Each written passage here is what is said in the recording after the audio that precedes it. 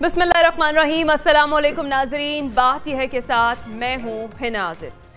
नाज़रीन, हालात का रोना रोएं या वाक़यात को सबब बनाएं, ज़मीनी हक़ाइक़ अंदाज़ों से कतई मुख्तलिफ हैं। हालात ये हैं कि अपने हाथों खुद मुख्तारी मालियाती इदारों के सपोर्ट करके अब हम गला फाड़ फाड़ कर हाय महंगाई का राग अलाप रहे हैं। ये कहाँ की अक्लमंदी है कि चंद हजार अशराफिया करोड़ों की किस्मतों का फैसला करते फिरे और नाम ले गरीब आवाम का। माजूरी है या मजबूरी है, मगर मुआशी इस्तेहकाम बहुत जरूरी है। कोई नजूमी सितारों की चाल से वतन अजीज की मशत का अंदाजा लगा सकता है, ना ही कोई नब्ज़ शनास इस वक्त मर्ज को भांपने की सलाहियत रखता है। कसूर किसका है, गिरबान किसका पकड़े और जवाब किससे मांगे?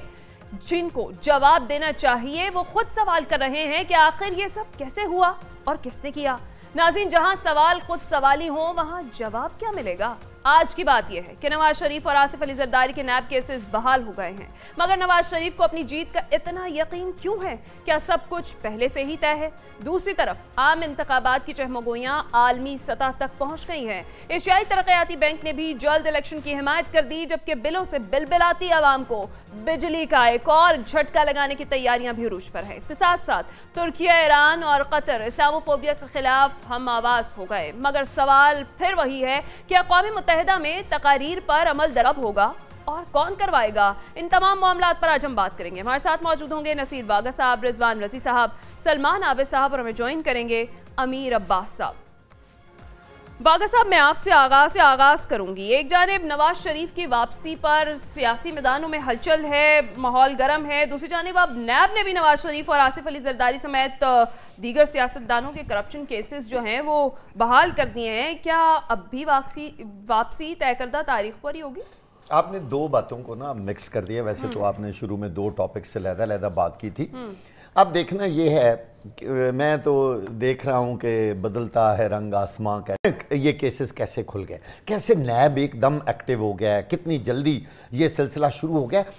लोगों को एक चीज़ पे गौर करना चाहिए कि ये जो फैसले पहले हुए और जो अब हुए और किस तरह चीफ जस्टिस ऑफ पाकिस्तान ने नैब के ये तमाम जो केसेस हैं वो दोबारा खुलने का जो हुक्म जारी किया, यानी नैब की तरमीम कैसे वापस हुई और पहले क्या थे अब क्या थे, इनके अंदर बहुत सारे सवालात हैं। अच्छा, जो नज़र आ रहा है, जो फैसला कुन कुव्वतें हैं, लगता है वो किसी भी सूरत मुल्क के किसी हुक्मरान को फ्री हैंड नहीं देना चाहती। ये बहुत बड़ा पैगाम है कि ये केसेस अब दोबारा खुल गए हैं, वरना ये केसेस कभी ना खुलते। यही वजह है कि शायद मियां नवाज शरीफ अब आने से पहले 100 दफ़ा 1000 दफ़ा सोचें कि ये जो 21 अक्टूबर की हमने तारीख दे दी है, हम इस पे कैसे पूरा उतरेंगे। अब देखना यह है कि नैब केसेस की मौजूदगी और मियां नवाज शरीफ साहब की पाकिस्तान वापसी के हालात क्या बनते हैं। आगे जो लोग इनका इस्तेकबाल करने वाले हैं उनको इकट्ठा करने के लिए मुस्लिम लीग को इस वक्त बहुत सारे मसाइल दरपेश हैं। अच्छा? मैं आपको अंदर की बात बता रहा हूं कि मुस्लिम लीग नून के बड़े सरकर्दा रहनुमा ये सोचने पे मजबूर हो गए हैं कि हम आवाम को किस तरह ट्रॉलियों, ट्रकों और बसों में भरकर नवाज शरीफ के इस्तकबाल के लिए लाएंगे, क्योंकि हर शख्स तो सवाल करता है पेट्रोल का, बिजली का, महंगाई का, लोग रोटी का रोना रो रहे हैं। जब भी ये लोग लीडर्स, इन लीडर्स जो लोकल लीडर्स हैं, जो एमएनए एमपीए के उम्मीदवार हैं, उनको ही ये टारगेट दिया गया है कि आपने बड़ी तादाद में लोगों को नवाज शरीफ के इस्तकबाल के लिए लाना है। लेकिन वो ये कह रहे हैं कि आप बताएं हम लाएं किस तरह, लोगों को किस तरह हम समझाएं, कैसे मजबूर करें। लोग आने को तैयार नहीं है। और आप यकीन जाने मुस्लिम लीग नून के लिए लोगों को नवाज शरीफ के इस्तकबाल के लिए लाने के लिए बहुत मसाइल दरपेश। अच्छा रजी साहब, क्या आपको लगता है वाकई ऐसा है? क्योंकि देखा वो जो पार्टी की लीडरशिप है वो खासी एक्टिव है, कारकुनान जो है वो पुरजोश हैं, क्योंकि वो अब खुश हैं कि फाइनली एक जो तारीख है हतमी वो दे दी गई है और देख रहे हैं आपके नवाज शरीफ साहब तय करदा तारीख पर वतन वापस आ रहे हैं। देखिए, एक बात यकीनन जो है वो इसके ऊपर बात होनी चाहिए कि वागा तक ये अंदर की खबरें कैसे पहुंची हैं मुस्लिम लीग नून की। लेकिन आज एक अहम रिपोर्ट छपी है जो बड़ी अहम रिपोर्ट है। उसमें यह बताया गया है कि अगस्त के महीने में पाकिस्तान में बिजली साजी के ऊपर जो लागत है उसमें 18% कमी वाक़या हुई है। यानी अगस्त में हमने जो बिजली इस्तेमाल की है उसकी जो लागत थी वो जुलाई के मुकाबले में 18% कम थी। अब ज़ाहिर है अगर 18% बिजली कम थी, लागत कम थी, तो तकरीबन 100% टैक्स है उसके ऊपर। यूं हमारे बिलों के अंदर 36% कमी की राह हमवार हो जानी चाहिए। वो बिल हमने जो अभी अभी अदा किए हैं और कुछ लोगों ने अभी अदा करते हैं इस पे, ठीक है। लेकिन मसला ये है कि उसके साथ ही डिस्कोस ने ₹1.87 कीमत बढ़ाने के लिए दरखास्त दे दी है इसके ऊपर नेपरा को। अब उन्होंने एडजस्टमेंट लिखा है, मैं वो खबर दोबारा पढ़ी मैंने खोल के जब मुझे ये टॉपिक भेजा गया। अब ये डाउनवर्ड एडजस्टमेंट है या अपवर्ड एडजस्टमेंट है, इसके हवाले से वो पूरी खबर खाली है। इस पे रज़ी साहब नेक्स्ट सेगमेंट में हम तफसीलें करते हैं। ₹1.87 कमी हो। एनी हाउ, देखिए सियासत जो है, नवाज शरीफ साहब के पास ना आने के अलावा और क्या ऑप्शन है। अगर वो नहीं आते आज भी या 21 अक्टूबर को भी या आइंदा इलेक्शन से पहले भी, जिसके बारे में आज वो कंवर दिलशाद साहब ने फरमा दिया है कि वो 15 से 25 जनवरी के दरमियान होंगे, अगर उन इलेक्शन के लिए वो नहीं आते तो जो उनकी लेगेसी है, जो उनकी पार्टी है, जो उनकी एसेट है, उसके ऊपर वो कंप्रोमाइज कर देंगे, वो एसेट बिखर जाएगा। उनके नीचे जो लोग हैं वो तो मरियम नवाज शरीफ साहिबा को फिलहाल उस तरह से कबूल नहीं कर रहे ना, या बाकायदा तौर पे, तो वो अपने एक एसेट से हाथ धो बैठेंगे। वो आते हैं, वर्स्ट कम वर्स्ट क्या होगा, वो जेल चले जाएंगे, ठीक है, लेकिन वो अपना इतना बड़ा एसेट तो बचाएंगे ना, जिसके बायस उनकी पूरी दुनिया के अंदर इज्जत है, या जिसके बायस उनको लोग जो है वो मुंह लगाते हैं या उनके साथ कलाम करते हैं। फिलहाल उनके रूट में जेल नहीं है, जो रूट प्लान शेयर किया गया है उनकी वापसी का। मैं तो मतलब एयरपोर्ट से लेकर जाती जिस रूट की निशानदेही मेरे प्यारे भाई वागा साहब ने फरमाई है, उसमें आप जेल छोड़े, उसमें तो वट्टे हैं। मतलब ऐसे लगता है जैसे नवाज शरीफ साहब जहाज से नीचे उतरेंगे, जो लोग वट्टे में ले गए। इसी को लेके आगे चलते हैं। सलमान रफी साहब, आपको क्या लगता है कि नवाज शरीफ का जो बयानिया है वो महंगाई के मारी जो अवाम है उसे कायल कर पाएगा? देखिए ना जी, पहले तो पूरी कौम को मुबारकबाद और पूरी उम्मत मुस्लिमा और पूरी दुनिया को मुबारकबाद। अच्छा, एक इनकलाबी लीडर जो है वो 21 अक्टूबर को पाकिस्तान आ रहा है इनकलाब लाने के लिए, क्योंकि हमें बताया जा रहा है कि पाकिस्तान ने अगर कभी तरक्की की है तो उन्हीं के दौर में की थी, और पाकिस्तान में अगर कोई बदहाली आई है तो उनको बाहर निकाल कर आई है। और वो इनकलाब जो लंदन से चल रहा है, अब सुना है कि 21 अक्टूबर को पहुंचेगा, पहुंचता है नहीं पहुंचता, रास्ते में रुकावटों को अबूर करता है नहीं करता, ये पता नहीं रिजवान रज़ी साहब को किसने कह दिया कि उनको बड़ा पार्टी का बड़ा ख्याल है। अगर उनको और इस तरह की जो सियासी क़यादतें हैं, उनको अगर कभी पार्टी का ख्याल होता तो वो कभी मुल्क छोड़ के जाते हैं? कोई एक दफ़ा नहीं, दो दफ़ा नहीं, तीन दफ़ा नहीं, वो तो हर वक्त किसी ना किसी डील के चक्कर में रहते हैं।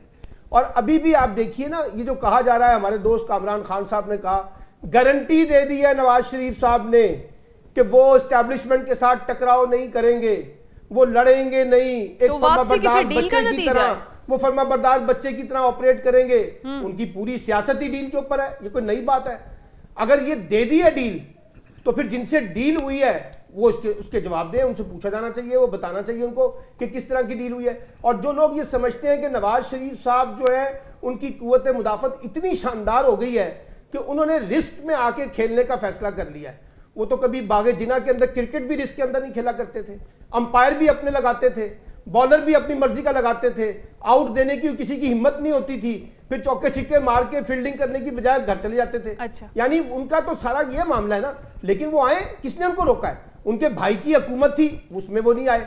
अब अगर इंतखाबात से पहले आना चाहते हैं, बिल्कुल आए, क्योंकि अगर वो आएंगे तो आप देखिएगा कि जो कैदी नंबर 804 है उसको भी बाहर आना पड़ेगा, उसको आप अंदर नहीं रख सकते, फिर ये वो बाहर आएंगे।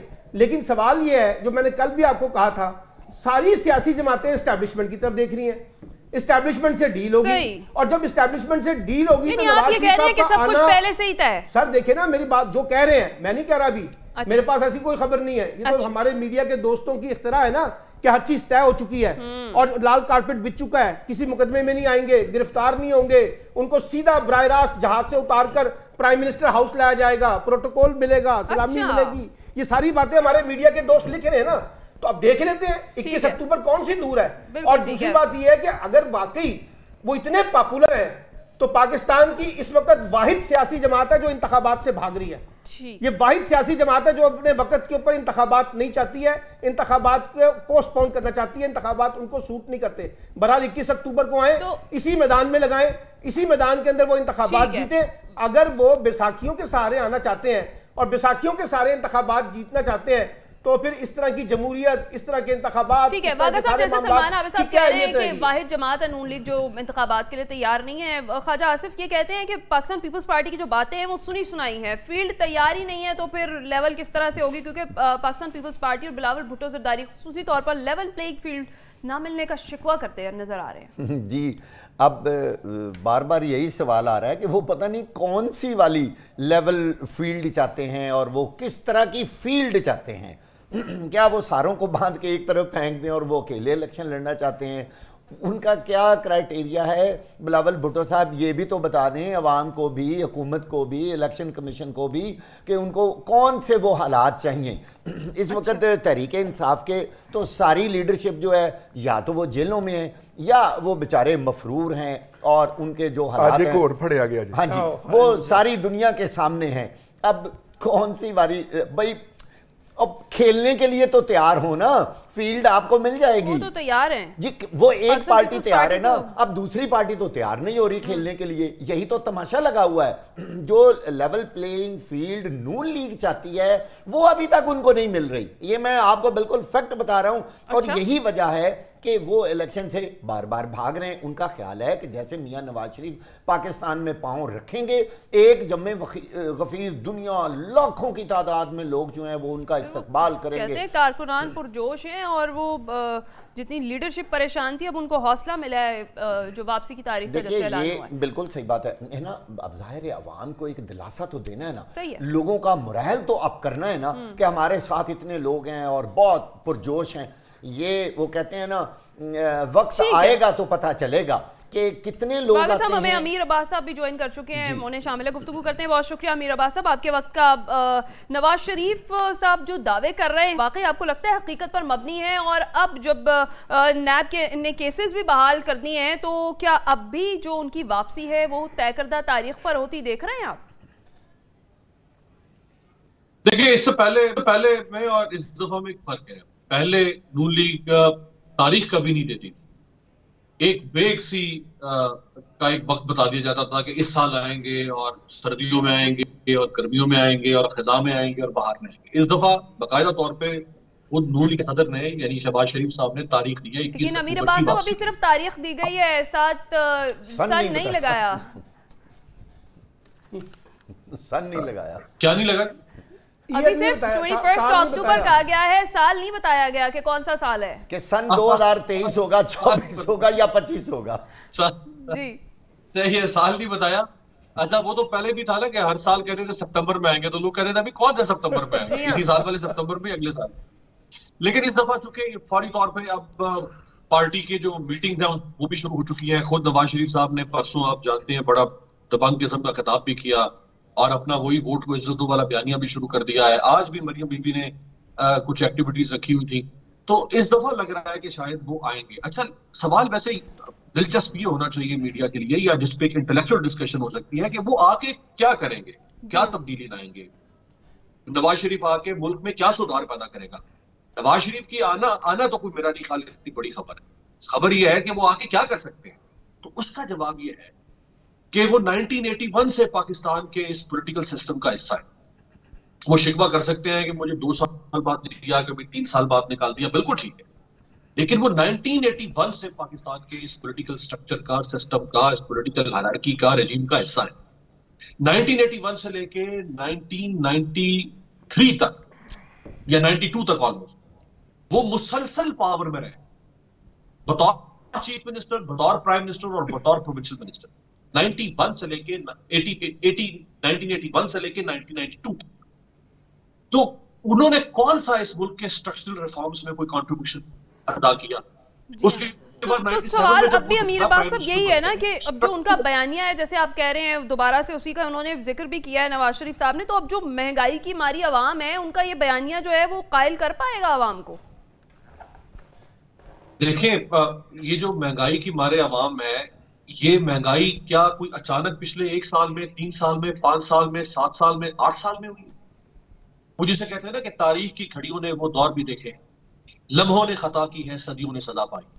ये आज से 40-50 साल पहले से खताएं दर खताएं थी। उन खताओं का एक हिमालय खड़ा किया था इस मुल्क में, उसके नतीजे में महंगाई, उसकी कोख से महंगाई ने जन्म दिया। तो पूरे जो सक्सेसिव रेजीम है पिछले 40-50 साल, उन सबको जवाब देना पड़ेगा। उसमें परवेज मुशर्रफ के दौर को भी आप शामिल कर लें, अवाम लीग को भी शामिल कर लें। लेकिन अब बात वही है कि जिन्होंने जवाब देना था वही खुद सवाल कर रहे हैं कि ये क्या हुआ, कैसे हुआ और किसने किया। जी हाँ, वो गालिब ने कहा था ना कि वो जो गालिब ने कहा था ना कि जिनसे वजह से हम इस हाल में पहुंचे हैं, उन्हीं से ही फिर हम अपना जो है वो मामला कर रहे हैं। तो ये तो लोगों ने बहरहाल फैसला करना है। वो हम तो नहीं कह सकते कि लोग किसको मुतहम करें या ना करें, लेकिन हम तो सिर्फ ये बता सकते हैं कि उनका तर्ज हुक्मरानी और तर्ज सियासत रहा क्या। बिल्कुल बिल्कुल ऐसा ही है। रजी साहब, आपको क्या लग रहा है कि ये जो धमाकेदार एंट्री है जिसकी तैयारियां की जा रही हैं, क्या पीटीआई का वोट बैंक तोड़ सकेगी? देखिए, मैंने पहले भी अर्ज किया है कि ये उसके मुतल्लक है ही नहीं। ये मेरी बात जो है किसी को बुरी लगे, नवाज शरीफ अपनी लेगेसी बचाने आ रहे हैं। उनकी पॉलिटिकल पार्टी है, उनकी ज़ाती पार्टी। हमारे यहाँ सियासी पार्टियाँ ज़ाती मलकियत होती हैं। आप देखिए, किसी पार्टी ने बशमूल इमरान अहमद खान न्याजी साहब के किसी ने अपने पार्टी ओहदेदार रखे हों, नामजद किए हों। एक उन्होंने कोर कमेटी अनाउंस कर दी, वो भी वकला के ऊपर मुश्तमिल, ताकि उनको गिरफ्तार ना किया जा सके। इसी तरह आप देखें PMLN क्या रह गई थी जब नवाज शरीफ साहब बाहर चले गए थे। और पीपल्स पार्टी तो है ही फैमिली पार्टी। तो यहाँ पे ये फैमिली एसेट्स के तौर पे डील किए जाते हैं। इस फैमिली एसेट्स की इनहेरिटेंस के हवाले से बड़ी मशहूर लड़ाई है बेनज़ीर भुट्टो साहिबा की अपने भाई साहब से, जिनका आज यौम शहादत या आज उनकी बरसी भी है। उनका जिक्र कर लें, मीर मुर्तज़ा भुट्टो साहब का। आज के दिन उनको कत्ल किया गया था ना कराची में शाहरा के ऊपर। मीर मुर्तज़ा भुट्टो साहब का झगड़ा क्या था बेनज़ीर भुट्टो साहिबा के साथ? इसी के इनहेरिटेंस के ऊपर ही झगड़ा था ना बीबी। तो ये हमारे यहाँ सियासी पार्टियां कम और पर्सनल एसेट ज्यादा होते हैं। वो अपना पर्सनल आएंगे, उस पर्सनल एसेट को जो उनके ख्याल में सही उसका डिजर्व करता है उसके हवाले करेंगे। वो ये करने आ रहे हैं। इलेक्शन मुझे नहीं लगता उनकी कोई तरजीह नंबर कोई 8-10 पे मौजूद है। ठीक है, बिल्कुल ठीक है। हम ब्रेक का कहा जा रहा है, ब्रेक पर जाएंगे। ब्रेक के बाद जब वापस आएंगे, इलेक्शन के बगैर इस्तेहकाम आना नामुमकिन है। एशियाई तरक्याती बैंक ने भी जल्द इलेक्शन की हिमायत कर दी है। इसके साथ साथ बिलों से बिलबिलाती आवाम को बिजली का एक और झटका देने की तैयारियां भी कर ली गई। इस पर बात करेंगे इस ब्रेक के बाद।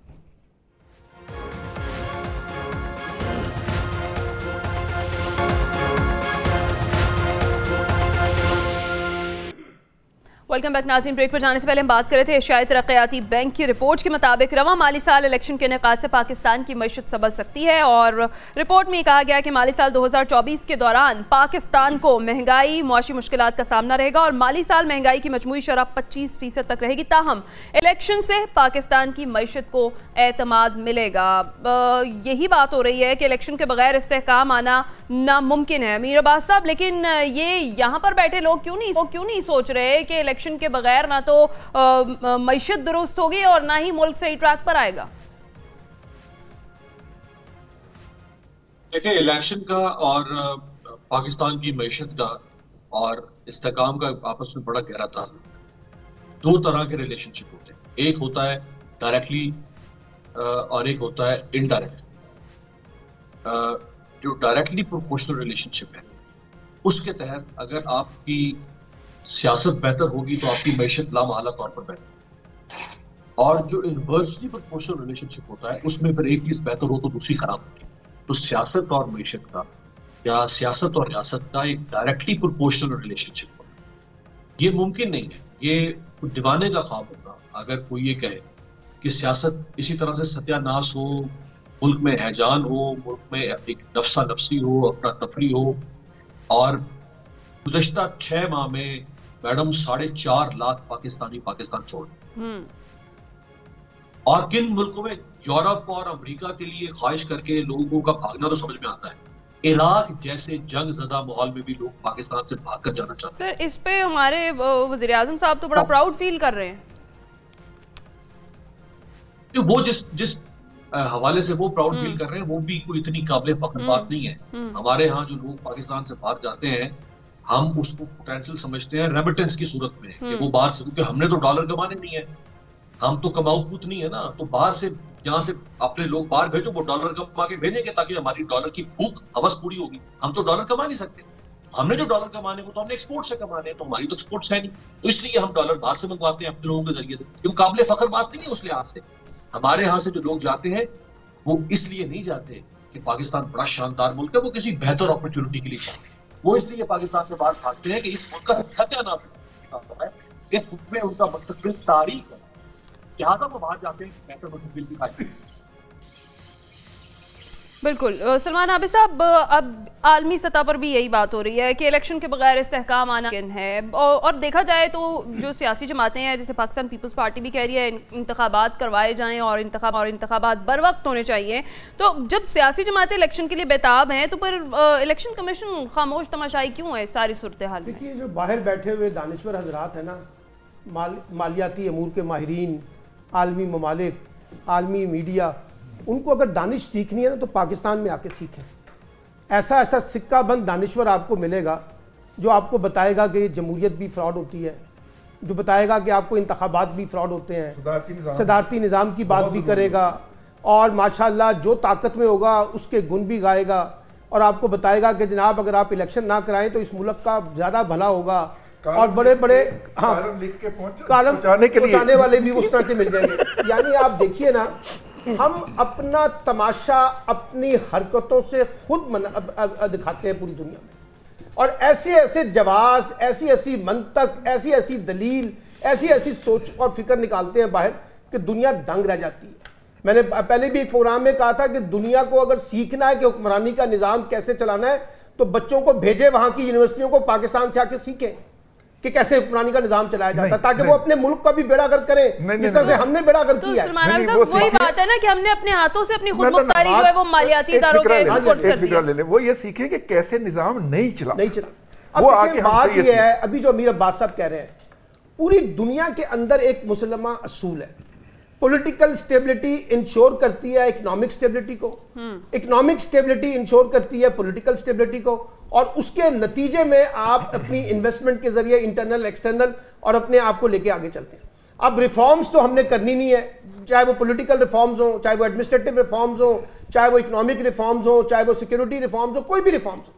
और नवाज शरीफ साहब 2/3 से भी आ गए तब भी रिफॉर्म्स नहीं की, पीपल्स पार्टी भी आई हुकूमत में, रिफॉर्म नहीं की, पीटीआई भी आ गई, रिफॉर्म नहीं की। सब जमातों के तजुर्बे हमने देख लिए, इस्लामी इनकलाब भी देख लिया, केपीके के अंदर मुत्तहदा मजलिस अमल की सूरत में, वहां से भी हमें कोई रिफॉर्म्स नजर नहीं आई।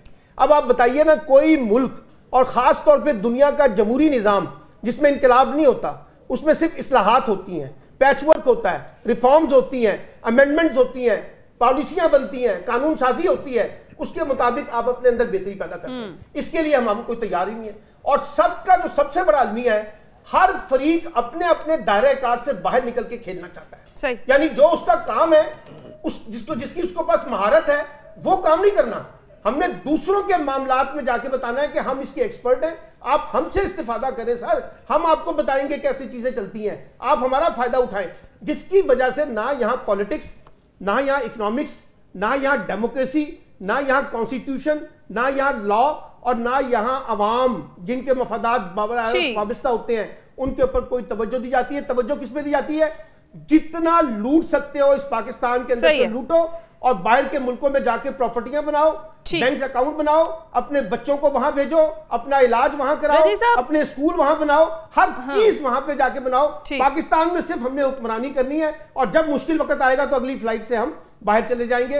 यही हमारा हुक्मरानी का निजाम। दुरुस्त। रजी साहब, निगरान वज़ीर आला पंजाब के जो मुआवने खुसूसी बराए कानून और साबिक सेक्रेटरी इलेक्शन कमीशन है कंवर दिलशाद साहब, वो ये कहते हैं कि मुल्क में आम इंतखाबात 15 से 25 जनवरी के दरमियान होने की तवक्को है। कितनी खुशाइन बात है ये, और क्या आप देख रहे हैं 15 से 25 के दरमियान में इंतखाबात होते? मेरा ख्याल है कि इससे भी पहले हो जाने चाहिए। मैं इस प्रोग्राम में मुतअद्दिद मरतबा ये बात कर चुका हूँ, लेकिन उससे पहले मैं एशियाई तरक्याती बैंक की इस रिपोर्ट के कुछ 2-4 पॉइंट और भी पढ़ने में कामयाब हो गया था।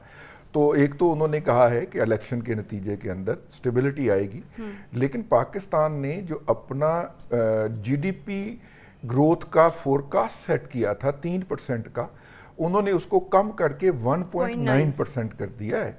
उन्होंने कहा है कि जी अब 1.9% जो है वो पाकिस्तान की जो पॉपुलेशन है, वो तकरीबन पॉपुलेशन का ग्रोथ भी तकरीबन 1.84% है, इक्वल ही है।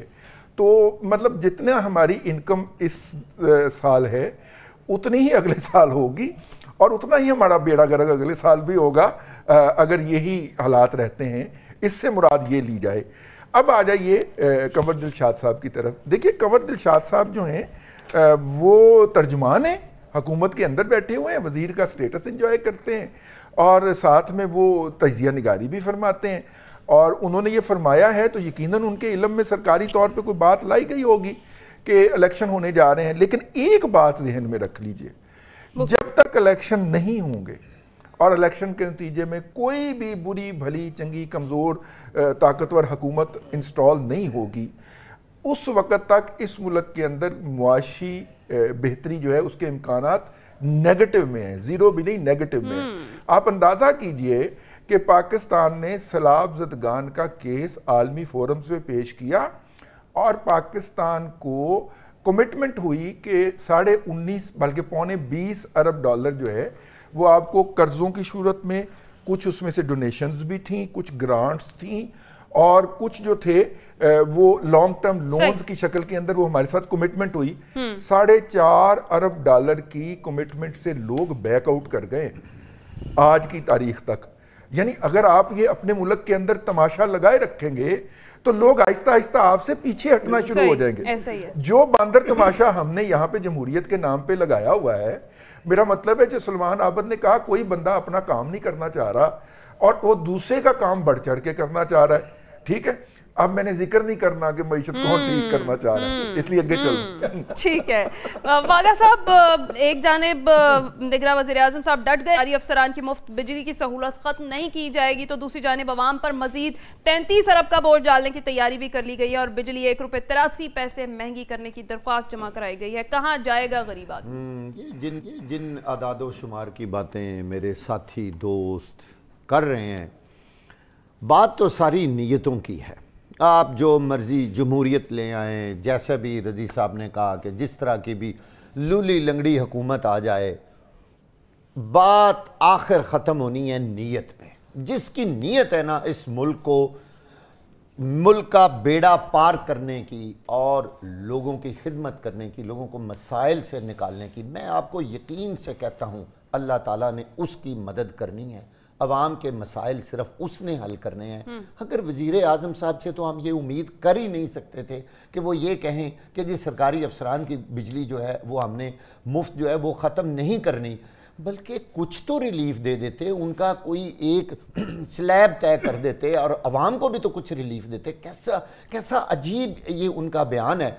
मैं एक आज बुक पढ़ रहा था, उसमें एक छोटा सा शेर लिखा हुआ था पंजाबी का, बहुत अच्छा मुझे लगा अवाम के लिए। कहते मैं डिडों भूखा मेहरमा, मेरे भुख ने खिंचे सा, मैनू जन्नत हुरा दसना है, कोई चजदा लारा ला।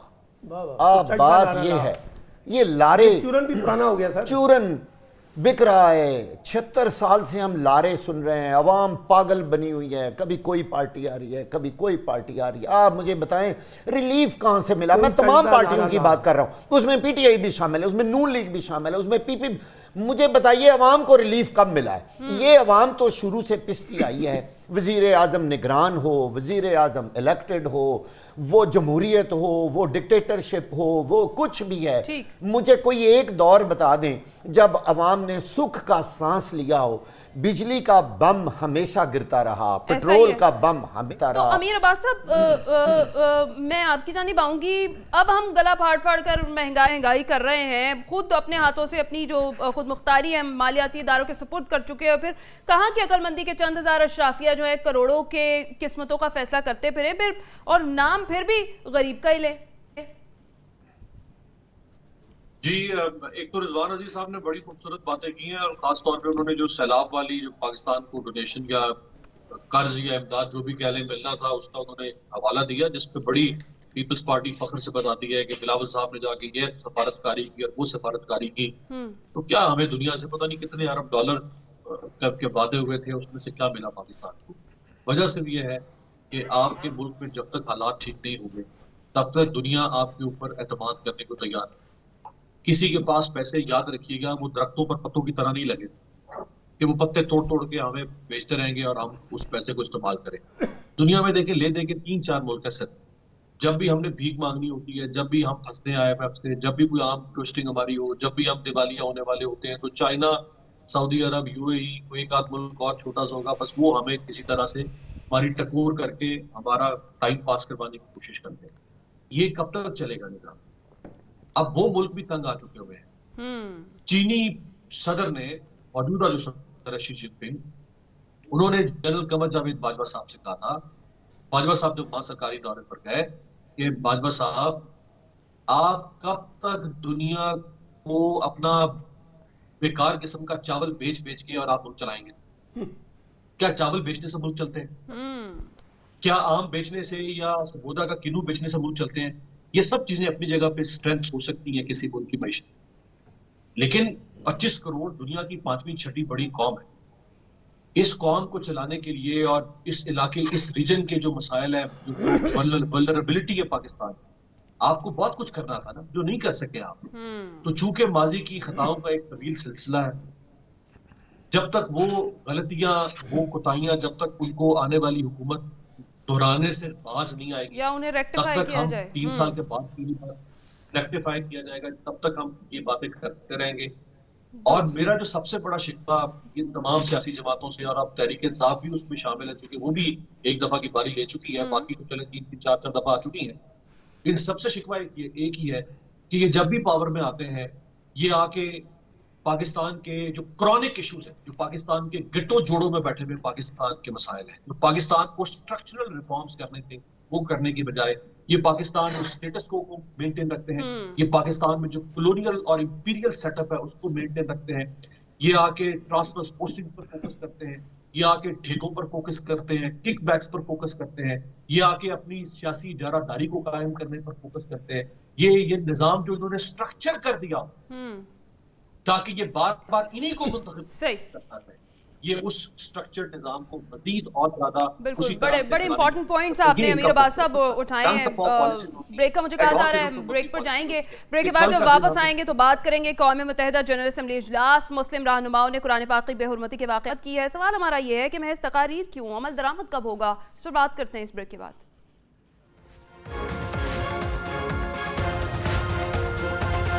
वेलकम बैक नाज़रीन। ब्रेक पर जाने से पहले हम बात कर रहे थे तुर्किया, ईरान और कतर इस्लामोफोबिया के खिलाफ हम आवाज़ हो गए हैं, मगर सवाल फिर भी वही है कि अक़वाम मुत्तहिदा में तकारीर पर अमल दरामद कब होगा और कौन करवाएगा? सलमान आबिद साहब, देखिए पाकिस्तान का क्या, पूरी आलम इस्लामी जो है उसका अपना मुकदमा जो है वो UN हो चाहे वो OIC हो, बहुत कमज़ोर है।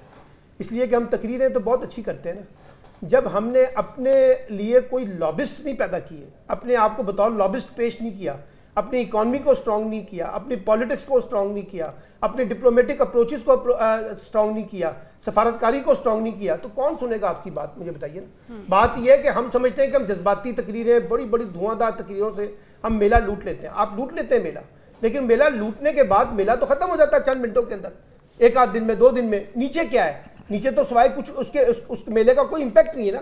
इसलिए पाकिस्तान क्या, पूरी दुनिया के जो मुस्लिम ममालिक हैं उनके अंदर ये जो हुक्मरानी का निज़ाम है ना, मैं तो इसको ही चैलेंज करता हूँ। चाहे वो आमरीतें वहाँ पर मौजूद हैं, चाहे वहाँ बादशाहतें मौजूद हैं, चाहे वहाँ नीम जमहूरी ममालिक हैं, जिस किस्म के भी ममालिक हैं, आप देख लें, वो सब अपनी अपनी हुक्मरानी को इंश्योर करने के लिए बड़ी आलमी ताकतों के मरूने मिन्नत खड़े होते हैं, उन्हीं की मिन्नतें कर रहे होते हैं, उन्हीं के साथ मामला तय करते हैं, उन्हीं के साथ डीलें करते हैं, उन्हीं की बुनियाद पर उनका हुक्मरानी का निजाम चलता है। तो वो क्यों ऐसे सवालात उठाएंगे जो यहाँ पर हम जो है उठाने की कोशिश करते हैं? उनका एजेंडा कुछ और है, हमारा एजेंडा कुछ और है। रजी साहब, सिर्फ तकारीर की हद तक क्यों मुस्लिम ममालिक अमल दरामद कराने में नाकाम क्यों आपके ख्याल में? देखिए, मेरा नहीं ख्याल ये इस तरह का इशू है, मैं इसे किसी और तरह से समझता हूँ। देखिए, दुनिया के अंदर इस वक्त हर मजहब से बेजारी बढ़ रही, नई नस्ल के अंदर, और वो बेजारी बढ़ने का बुनियादी वजह ये है कि जिस तेज़ी के साथ दुनिया ने मादी तरक्की की है, रूहानी जो है उसका जवाब देने से कासर नज़र आती है हमको। लिहाजा बहुत सारे मज़ाहब ने ये ढूंढा कि वो इसको एक्सटर्नलाइज कर दें और दूसरे मज़हब के मानने वालों के ख़िलाफ़ नफ़रत को फ़रोग दें। हमने देखा कि बुद्ध मत को मानने वाले जो बहुत शरीफ और पुरअमन समझे जाते हैं कि ज़मीन पे कीड़ी भी ना मरे जब वो चलते हैं, उन्होंने किस तरह बर्मा के अंदर मुसलमानों, बच्चों का, औरतों का जो है वो खून बहाया है, उनके ऊपर जुल्म सितम किया है। ये बीजेपी जो कुछ हमारे हमसाये में कर रही है। अब तो जनाब मोदी साहब जो हैं वो जाके लंदन, कनाडा तक के अंदर जो है, और लंदन के जो हैं वहाँ के जो सिख हैं, उन्होंने बाकायदा इसके ऊपर अपने प्राइम मिनिस्टर को की तवज्जो दिलाई है कि आप उनके साथ ट्रेड एग्रीमेंट अभी ना कीजिए। लेकिन मेरा ख्याल ये है कि मुख्तलिफ मज़ाहब के पास अमर्जिंग जो चैलेंजेस हैं उनका रिप्लाई नहीं है, वो उसको एक्सटर्नलाइज करते हैं और हेट को उसका इंस्ट्रूमेंट बनाते हैं। नतीजे के तौर पर यह कत्लो गारतगरी होती है। वागा साहब, देखिए, इस तरह की तकरीरें करना मुख्तलिफ फोरम्स पर, आप देख लें आज तक उसका क्या रिजल्ट निकला है, 0/0, कोई रिजल्ट नहीं निकलता। उसकी वजह यह, याद रखिए, कौमें करैक्टर से बनती हैं। जब तक मुसलमान इस दुनिया के अंदर अपना करैक्टर स्ट्रॉन्ग नहीं करेंगे, हम लोगों ने इस दुनिया की तरक्की में क्या रोल अदा किया है सिवाय मांगने के।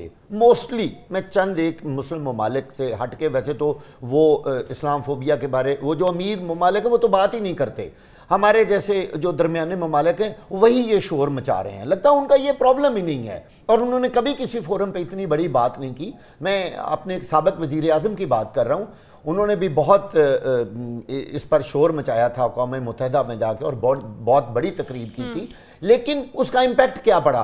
कुछ भी ना, 0। जब हम एक तरफ कासा उठा के मांगने जाते हैं, हम हर वक्त भिखारियों की तरह उन पर मुनहसर हैं और हम मिन्नतें तरले करके रोटी मांग रहे हैं, तो उनको हमारे इस एहतजाज और हमारी तकरीरों का क्या असर होगा? जब तक हम पाकिस्तान या मुसलमान माली तौर पर दुनिया में मजबूत नहीं होंगे, आप भूल जाएं कोई कौम, कोई दुनिया का कोना हमारी बात सुने। ठीक है, अमीर अब्बास साहब, क्या लगता है आपको मुस्लिम ममालिक को क़ौम मुत्तहिदा से अपने जो जायज हकूक हैं उस पर अमल दरामद कराने में नाकाम क्यों है अब तक?